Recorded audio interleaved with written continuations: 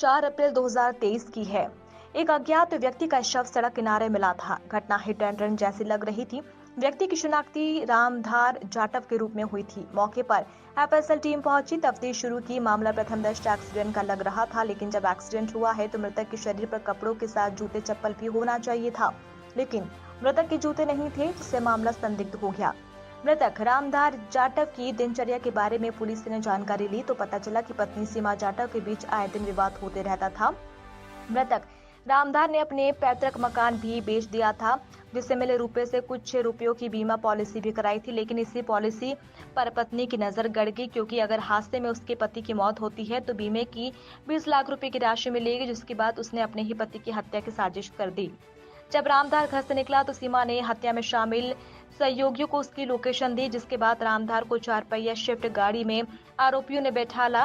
रामधार को शराब पिलाई और सूर्य अस्त होने पर रामधार को नरवर वाले रास्ते से जंगलों में ले जाकर गाड़ी में ही रामधार का तौलिया से गला घोटकर हत्या कर दी।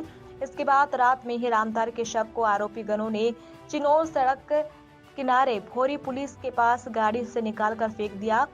हालांकि अब पुलिस ने इस हत्या में शामिल पत्नी सीमा जाटव, सुरेंद्र जाटव, नरेंद्र जाटव और दिनेश जाटव को गिरफ्तार कर जेल भेज दिया है। देखिए, चिनौर थाना क्षेत्र का बहुत ही चुनौतीपूर्ण मर्डर था। उस केस को वर्कआउट किया है।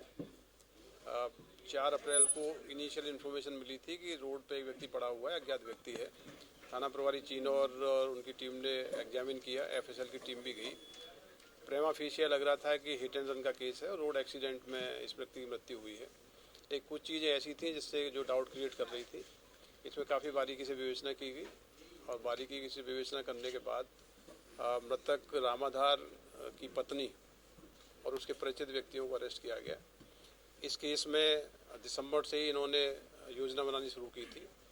दिसंबर में इन्होंने एलआईसी की पॉलिसी कराई और एलआईसी की पॉलिसी कुछ इस तरह की थी कि एक्सीडेंट में मृत्यु होने पे 20 लाख रुपए का क्लेम इसको मिलेगा। तो 20 लाख रुपए के एलआईसी के क्लेम को प्राप्त करने के लिए और इनका जो पारिवारिक विवाद था उसके कारण पत्नी ने अपने परिचित सुरेंद्र जाटव और अन्य व्यक्तियों के साथ मिलकर पूरी योजना बनाई। योजना के तहत इस व्यक्ति को स्विफ्ट गाड़ी से लेके गए। गाड़ी के अंदर उनको थ्रॉटलिंग किया गया और थ्रॉटलिंग के बाद इसको रोड एक्सीडेंट्स के रूप में शो किया गया। तो ये बहुत ही चुनौतीपूर्ण मर्डर था, ब्लाइंड मर्डर था। तो थाना प्रभारी चिनौर और उनकी टीम, एसडीओपी और एडिशनल एसपी रूरल, ये सब ने काफ़ी बारीकी से कड़ियाँ जोड़ी और फाइनली इस केस में गिरफ्तारी की गई। इसमें मृतक की पत्नी और अन्य 3 लोगों को गिरफ्तार किया गया है। एक आरोपी जो इसके साथ था वो भी एब्सकॉन्ड कर रहा है, उसकी गिरफ्तारी आगे की जाएगी।